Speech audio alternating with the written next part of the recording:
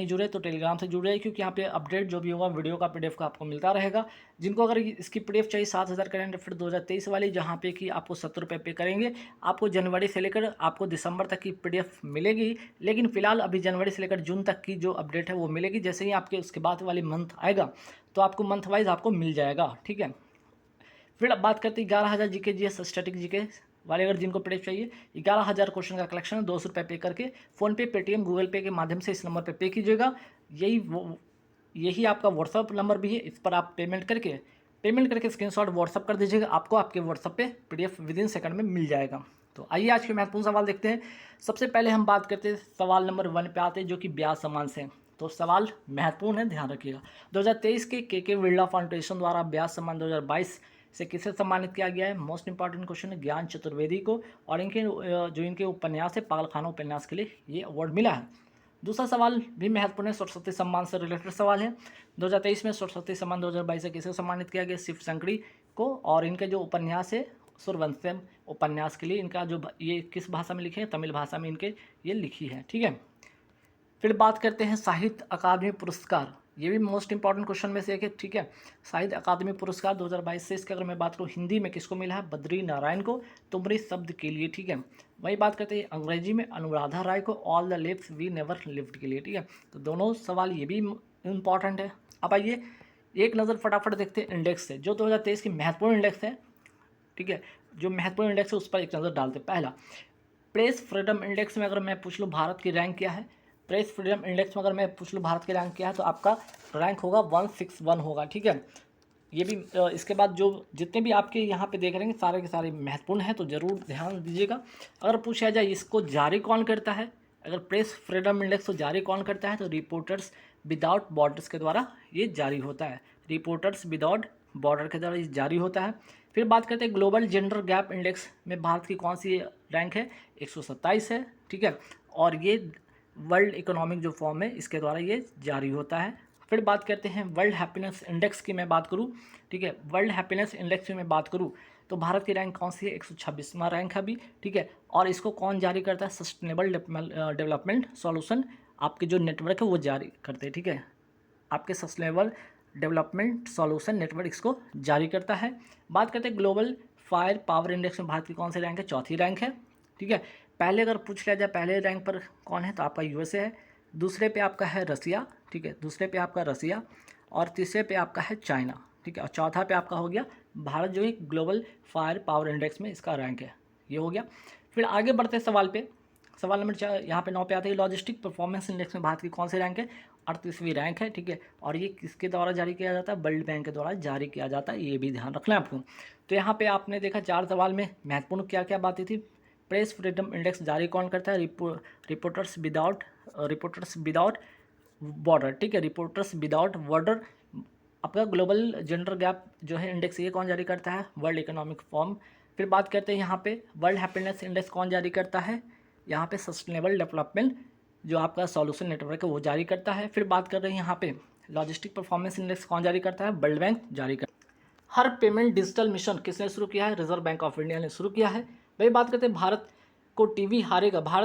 का टीवी हारेगा देश जीतेगा का लक्ष्य कब है? वर्ष 2025 तक का टीवी हारेगा देश जीतेगा का लक्ष्य है भारत का।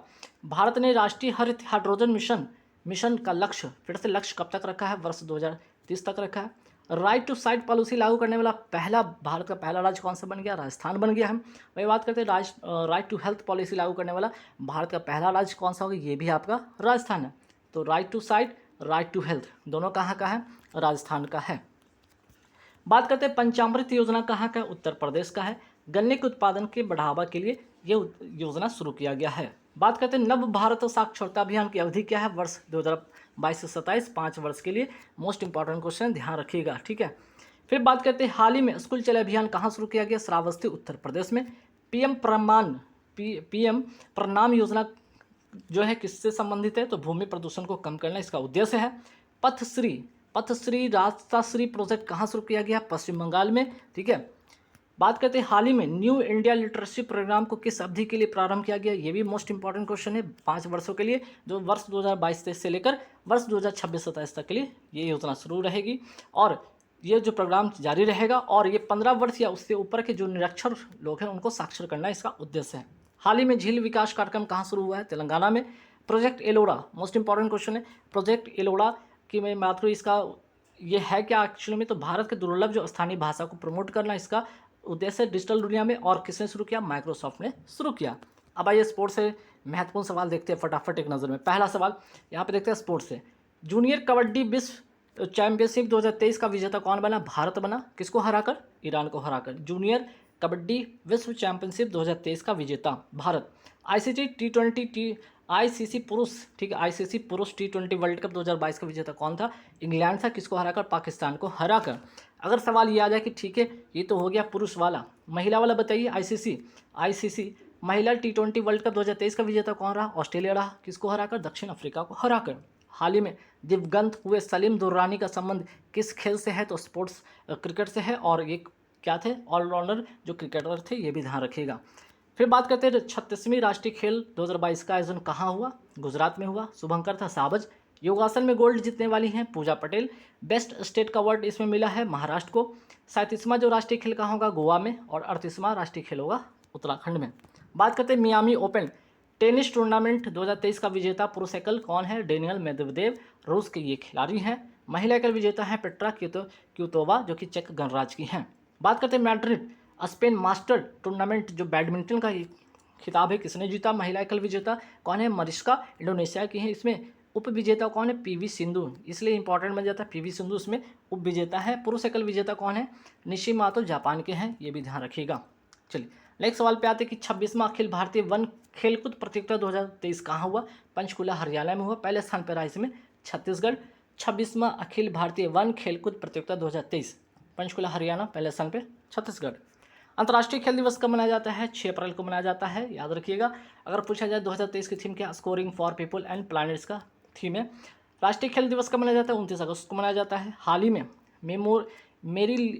मेरीली बोन, ठीक है, मेरीली बोन क्रिकेट क्लब ने कितने भारतीयों को आजीविका मानद सदस्यता प्रदान किया है? 5 लोगों को। हाल ही में मेरीली बोन क्रिकेट क्लब ने 5 लोगों को आजीविका मानद सदस्यता प्रदान किया है। 5 भारतीयों को। नाम है महेंद्र सिंह धोनी, युवराज सिंह, मिताली राज, सुरेश रैना, झूलन गोस्वामी। अगर पूछा जाए वनडे क्रिकेट वर्ल्ड कप, ठीक है, वनडे वर्ल्ड कप क्रिकेट 2023 का आयोजन कहाँ पे होगा? ये भारत में होगा, ये भी ध्यान रखना आपको। मेजर ध्यानचंद पुरस्कार 2022 किसे मिला? शरत कमल को। टेबल टेनिस के खिलाड़ी हैं, ठीक है, ध्यान रखिएगा। पहला वुमेन प्रीमियर लीग 2023 जो पहली बार आयोजित हुआ है, इसमें जो जीता कौन है? मुंबई इंडियंस जीता है दिल्ली कैपिटल्स को हराकर। इसमें 5 टीम ने इस बार पार्टिसिपेट किया है। स्मृति मंधाना जो कि क्या है? स्मृति मंधाना इसमें क्या है? सबसे महंगी खिलाड़ी हैं। सबसे महंगी खिलाड़ी इसमें है। इस वाले जो पहली वुमेन प्रीमियर लीग हुआ है इसमें स्मृति मंधाना जो कि सबसे महंगी खिलाड़ी है। और मुंबई इंडियंस की अगर मैं बात करूँ, इसमें विजेता इस बार बनता है ये टीम दिल्ली कैपिटल्स को हराकर। 5 टीम है जो इस बार इसमें पार्टिसिपेट कर रही है पहली बार। बात कर रहे हैं 8वें महिला जूनियर हॉकी एशिया कप 2023 की विजेता टीम कौन है? भारत, दक्षिण कोरिया को हराकर। नेक्स्ट सवाल पे आते हैं कि हाल ही में जारी फीफा की नवीनतम रैंकिंग में भारत की फुटबॉल टीम को कौन सा स्थान प्राप्त हुआ? 101वां। पहले स्थान पर अगर पूछा जाए कौन है, तो अर्जेंटीना है पहले स्थान पर, यह भी ध्यान रखना आपको। फिर बात करते हैं hockey player of the year पुरुष किसे चुना गया? हार्दिक सिंह को, ठीक है, हार्दिक सिंह को। हॉकी प्लेयर ऑफ द महिला किसे चुना गया है? सविता पुनिया को, गोलकीपर हैं। फ्रांस में आयोजित ऑर्लियंस मास्टर बैडमिंटन टूर्नामेंट 2023 का विजेता कौन बना है? प्रियांशु रजावत। नेक्स्ट सवाल पे आते हैं कि हाल ही में गठित भारत की पहली नेत्रहीन महिला क्रिकेट टीम की कप्तान किसे बनाया गया? सुषमा पटेल को बनाया गया है। अब यहाँ पे जीआई टैग से रिलेटेड महत्वपूर्ण सवाल। पहला सवाल कि वित्त वर्ष 2022-23 में सर्वाधिक जीआई टैग वाला राज्य कौन सा हो गया? केरल हो गया, जिसके पास 12 जो है ऐसे उत्पाद का जीआई टैग अभी है इसके वर्तमान में। वही बात करते हैं मिर्चा चावल का जीआई टैग किसको मिला? बिहार के पश्चिम चंपारण जिले को क्या मिला है? मिर्चा चावल का जीआई टैग मिला है। वुड कार्विंग लकड़ी पर नक्काशी का जीआई टैग किसको मिला? लद्दाख को मिला है।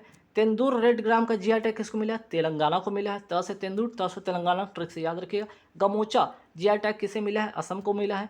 कारीशाद आम का जीआई टैग किसे मिला? कर्नाटक को, क से कारी, क से कर्नाटक।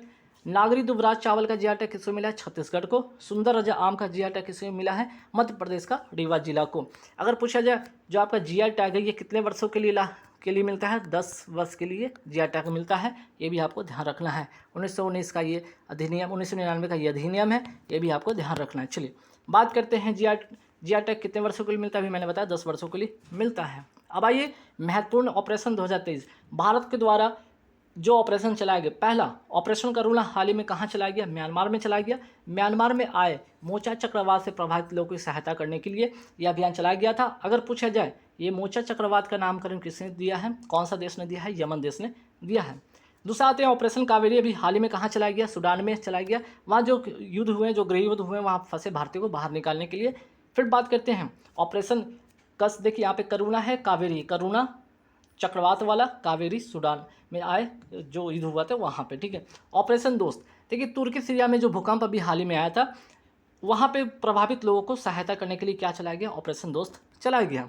ऑपरेशन गंगा की अगर मैं बात करूँ, यूक्रेन में फंसे भारतीयों को निकालने के लिए ये चलाया गया था। ऑपरेशन देवी शक्ति भी अगर मैं बात करूँ, ऑपरेशन देवी शक्ति, तो अफगानिस्तान में जो फंसे भारतीय थे उनको निकालने के लिए चलाया गया था, जो कि दोनों महत्वपूर्ण ये जो है ऑपरेशन था। फिर बात करते हैं चक्रवात से रिलेटेड सवाल, महत्वपूर्ण चक्रवात 2023 का अगर पूछा जाए आपका बिपारजॉय चक्रवात, इसका नामकरण किसने दिया है, तो बांग्लादेश ने दिया है। अरब सागर में आया है और इसका अर्थ होता है विपत्ति या आपदा होता है, ठीक है। फिर बात करते हैं असनी चक्रवात, इसका नामकरण किसने किया, श्रीलंका ने किया, तो इसका अर्थ होता है क्रोध। मोचा चक्रवात, इसका नामकरण यमन देश ने किया है, ठीक है। और म्यांमार में इसने एक भयानक तबाही मचाई, ये भी आपको ध्यान रखना है। तो बिपरजॉय हो गया, असनी चक्रवात हो गया, मोचा चक्रवात हो गया, ठीक है। तो सारे चक्रवात को ध्यान रखना है आपको, ठीक। फिर चलिए आगे बढ़ते हैं, महत्वपूर्ण स्टैचू पे एक नज़र डालते हैं। स्टैचू ऑफ प्रॉस्पेरिटी कहाँ है, बेंगलुरु में है। नाथ प्रभ कैम्पगुरा की प्रतिमा है यहाँ पे, याद रखना है आपको, ठीक है। फिर आगे बढ़ते हैं सवाल पे, स्टैचू ऑफ यूनिटी कहाँ पे, स्टैचू ऑफ यूनिटी आपका है केवड़िया गुजरात में, सरदार वल्लभ भाई पटेल की ये प्रतिमा है, ये भी आपको ध्यान रखना है, ठीक। फिर बात करते हैं स्टैचू ऑफ नॉलेज कहाँ पे, लातूर महाराष्ट्र में, डॉक्टर भीमराव अंबेडकर जी की प्रतिमा है। अगर आपसे पूछा जाए स्टैचू ऑफ इक्वलिटी, ठीक है, स्टैचू ऑफ इक्वलिटी अगर आपसे पूछा जाए कि ये कहाँ पे, तो स्टैचू ऑफ इक्वलिटी आपका है, आपका हैदराबाद, ठीक है, आपका हैदराबाद में है। अगर पूछा जाए किसकी प्रतिमा, तो संत रामानुजाचार्य जी की प्रतिमा है, ये भी आपको ध्यान रखना है। भगवान शिव की सबसे ऊंची प्रतिमा कहाँ स्थापित हुई है, विश्वास स्वरूपम श्रीनाथ द्वारा राजस्थान में शुरू हुई है, ठीक है।